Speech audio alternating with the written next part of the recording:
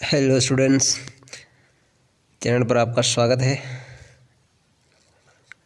जिन student के history है और एमएलएस के स्टूडेंट है और इसके अलावा भी जितने भी गवर्नमेंट जॉब एस्पिरेंट्स हैं वो भी इस वीडियो को देख सकते हैं पूरा।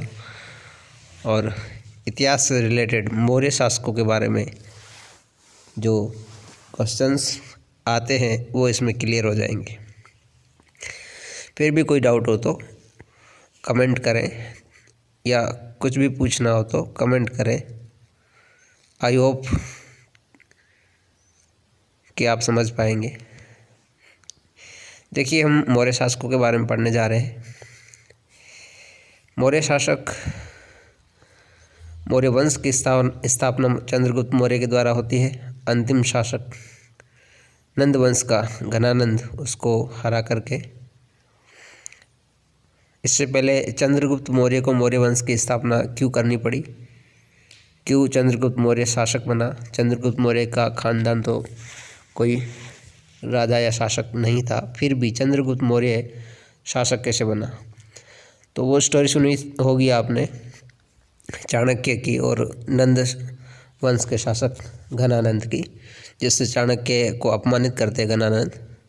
तो अपमान का बदला लेने के लिए चाणक्य जो है वो चंद्रगुप्त मौर्य को इस योग्य बना देता है कि वो एक सम्राट बन जाए संपूर्ण भारत का। तो शिक्षा दीक्षा अस्त्र शस्त्र विद्या संपूर्ण विद्या जो है चंद्रगुप्त मौर्य को उसके गुरु और बाद में राजा बनने के बाद में मंत्री चाणक्य देते हैं। चलिए चंद्रगुप्त मौर्य के बारे में देखते हैं। मौर्य वंश के संस्थापक के बारे में देखते हैं। ग्रीक साहित्य में, यूनान साहित्य में सेंड्रोकोटस और एंड्रोकोटस कहा गया है चंद्रगुप्त मौर्य को। चंद्रगुप्त मौर्य चाणक्य की सहायता से शासक बनता है, जो कि अंतिम नंद वंश का शासक घनानंद होता है उसको हरा करके। मौर्य शासक चंद्रगुप्त मौर्य की कुछ उपाधियां देख लेते हैं। ये आपको लगभग किताबों में नहीं मिलेगी, जो कि ये जो नोट्स बनाए गए हैं वो बहुत अच्छी किताबों को लेकर के बनाए गए हैं, तो इसको पूरा देखिएगा। प्रथम भारतीय साम्राज्य का संस्थापक भी कहा जाता है। संपूर्ण भारत को एकजुट या एक ही छत्र के समक्ष इकट्ठा करना। प्रथम ऐतिहासिक सम्राट है भारत का। भारतीय स्वतंत्रता संग्राम का प्रथम नायक भी कहा जाता है इसको, और भारत का मुक्तिदाता भी कहा जाता है।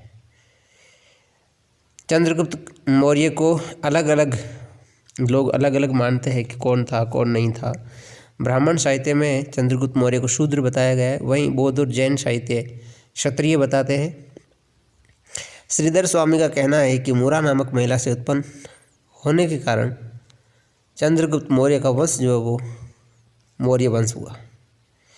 चंद्रगुप्त मौर्य ने सर्वप्रथम मगध पर आक्रमण करके मगध को जीतना चाहा, लेकिन असफल रहा। उसके बाद में पंजाब और नंद वंश का अंत किया। ये महावंश में जानकारी में मिलती है। अहनानूर दक्षिण का एक ग्रंथ है, जिससे कि हमें पता चलता है कि चंद्रगुप्त मौर्य ने दक्षिण पर भी आक्रमण किया था। प्लूटार्क ने इसके बारे में लिखा है कि चंद्रगुप्त मौर्य ने 6 लाख की सेना लेकर के संपूर्ण भारत को रोध डाला। ये कथन जो है वो प्लूटार्क का है, पूछा जा सकता है, इम्पोर्टेंट है। फिर वाक़ आता है चंद्रगुप्त मौर्य यूनानी सीरिया के शासक सेल्यूकस निकेटर से युद्ध करता है 305 ईसा पूर्व में, जिसमें सीरिया का शासक हार जाता है। चंद्रगुप्त मौर्य विजयी होता है। सीरिया के शासक द्वारा अपनी पुत्री का विवाह चंद्रगुप्त मौर्य से होता है, और 4 स्थान जो है वर्तमान में अफगानिस्तान के आसपास का क्षेत्र, जो पहले सीरिया में यूनान शासक के हाथ में था, वो 4 क्षेत्र एरिया, हेरात, जेड्रोसिया, अराकोशिया, ये 4 एरिया क्षेत्र जो है वो चंद्रगुप्त मौर्य को देने पड़े सेल्यूकस द्वारा, और चंद्रगुप्त मौर्य ने 500 हाथी सेल्यूकस निकेटर को दिए। ये 4 प्रदेश देख लेते हैं। एरिया हेरात का प्रदेश कहलाता वर्तमान। अराकोशिया वर्तमान कंधार को कहते हैं। जेड्रोसिया बलूचिस्तान का क्षेत्र है, और पेरोपेनिस डाइक वर्तमान काबुल का क्षेत्र है। ये 4 प्रदेश चंद्रगुप्त मौर्य को मिले थे। चंद्रगुप्त मौर्य के शासनकाल में सौराष्ट्र के गवर्नर पुष्यगुप्त वैश्य ने सुदर्शन झील का निर्माण कराया था और ये बहुत उस समय की प्रसिद्ध झील है। उसके बाद में चंद्रगुप्त मौर्य जो है 298 ईसा पूर्व में दक्षिण में श्रवणबेलगोला में जाकर के जैन मुनि से दीक्षा लेकर के जैन धर्म के अनुसार सलेखना पद्धति से अपने जीवन को त्याग देते हैं। भद्रबाहु के साथ दक्षिण चले जाते हैं। तो ये पीडीएफ आपको मिल जाएगी, पीडीएफ के नोट्स आप लिख लेना। और भी अगर कोई नोट्स छूटता है तो मुझे कमेंट करें, तो अगली जो नोट्स बनेंगे उसमें से और ज़्यादा नोट्स ऐड करूँगा, संपूर्ण नोट्स ऐड करूँगा। उसके बाद बिंदुसार शासक बनता है। बिंदुसार का कार्यकाल 298 ईसा पूर्व से 274 ईसा पूर्व तक है। इसमें आपको 274 भी मिल सकता है, कहीं कहीं 273 भी मिल सकता है, तो सन को लेकर इतना कन्फ्यूज़ नहीं होना है। बिंदुसार चंद्रगुप्त मौर्य का पुत्र होता है। वायु पुराण में चंद्रगुप्त के पुत्र बिंदुसार को मद्रसार कहा गया है। जैन ग्रंथों में सिंहसेन कहा गया है। यूनानी लेखक और लेख अमित्रोकेडस कहते हैं। और महाभाष्य जो लिखा है पतंजलि ने, अमित्रघात कहा गया है महाभाष्य में। बिंदुसार के समय टॉलमी द्वितीय मिस्र का शासक होता है। उसका राजदूत डायनोसिस आया था। और बिंदुसार के इस शासनकाल में एंटियोकस प्रथम जो कि सीरिया का शासक है, उसका राजदूत डायमेकस आया था। एक वाकया सुनते ही हो कि चंद्रगुप्त मौर्य ने सीरिया के शासक एंटियोकस से मदिरा, सूखी अंजीर, दार्शनिक की मांग की थी, जिसमें दो चीज़ों की पूर्ति हो चुकी थी। दो चीज़ों की मांग पूरी हो चुकी थी, लेकिन एक चीज़ दार्शनिक नहीं दिया था एंटियोकस ने, क्योंकि वहाँ उसके राजा के खिलाफ था ये, इसलिए दार्शनिक नहीं भेजा। सूखी अंजीर और मदिरा की आपूर्ति कर दी थी। कहते हैं बिंदुसार आजीवक धर्म का अनुयायी था। बिंदुसार के समय में भी चाणक्य मौर्य वंश का प्रधानमंत्री बना रहा, लेकिन चाणक्य के बाद बिंदुसार के राज्य में राधागुप्त भी प्रधानमंत्री बनता है। महावंश के अनुसार बिंदुसार ब्राह्मण धर्म का अनुयायी होता है। दिव्यावदान जो ग्रंथ है उसके अनुसार बिंदुसार के शासन में 500 सदस्यों की मंत्री परिषद होती थी और जिसका प्रधान जो होता है खल्लाटक कहलाता था। बिंदुसार ने तक्षशिला में हुए विद्रोहों का दमन किया है, जिसमें एक विद्रोह को उसके पुत्र अशोक ने दबाया है। तो दो विद्रोहों का दमन किया, जिसमें एक विद्रोह आम जनता का होता है और दूसरा विद्रोह जो होता है वो राज दरबार के ही सामंतों का होता है। दोनों विद्रोहों का दमन करता है बिंदुसार। आइए देखते हैं सम्राट अशोक के बारे में। 273 ईसा पूर्व से लेकर के 232 ईसा पूर्व तक शासन किया इन्होंने। कहते हैं महावंश ग्रंथ के अनुसार 99 भाइयों की हत्या करके अशोक शासक बनता है और 4 साल के इस उत्तराधिकारी संघर्ष के बाद 269 ईसा पूर्व में राज्याभिषेक होता है अशोक का।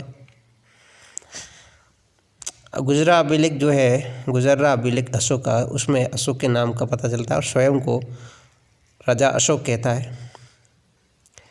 विष्णु पुराण में अशोक का नाम अशोक वर्धन मिलता है। अशोक का एक महत्वपूर्ण युद्ध है, अंतिम और प्रथम युद्ध, जिसका उल्लेख जो है वो 13वें शिलालेख में करता है। वो कलिंग युद्ध जो है वो कलिंग नरेश खारवेल को उन्होंने हराया था 261 ईसा पूर्व में, जिसमें बहुत खून खराबा देख करके अशोक ने युद्ध करने की, जिंदगी में युद्ध नहीं करने की प्रतिज्ञा ली थी। और कलिंग नरेश खारवेल कहते हैं कि खारवेल की पुत्री जो है वो युद्ध में आती है सेनापतित्व के रूप में और कुछ संवाद भी होता है उसका, तो ये बात साहित्य की हो गई। लेकिन अशोक ने युद्ध नहीं करने का ठाना था कलिंग युद्ध के बाद। कनगनहल्ली कर्नाटका में एक लेख मिला है, अभिलेख मिला है। पाषाण प्रतिमा जो मिली है वो उसके नाम के साथ है कि अशोक की प्रतिमा है और वो नाम के साथ है। ये इम्पोर्टेंट है सवाल। ईरानी शासक दारा से अभिलेख लगाने का जो सीख मिली थी, और एक उपाधि भी है, वो भी दारा से ही सीखने को मिली थी। दारा के बाद उन्होंने लगाई थी देवानाम्पिय। भारत के अंदर देवानाम्पिय उपाधि धारण करने वाले शासकों में अजातशत्रु है, अशोक है, उसके बाद तिस और उसके बाद दशरथ है। प्रियदर्शी की उपाधि चंद्रगुप्त मौर्य और अशोक ने लगाई थी, मौर्य शासकों ने।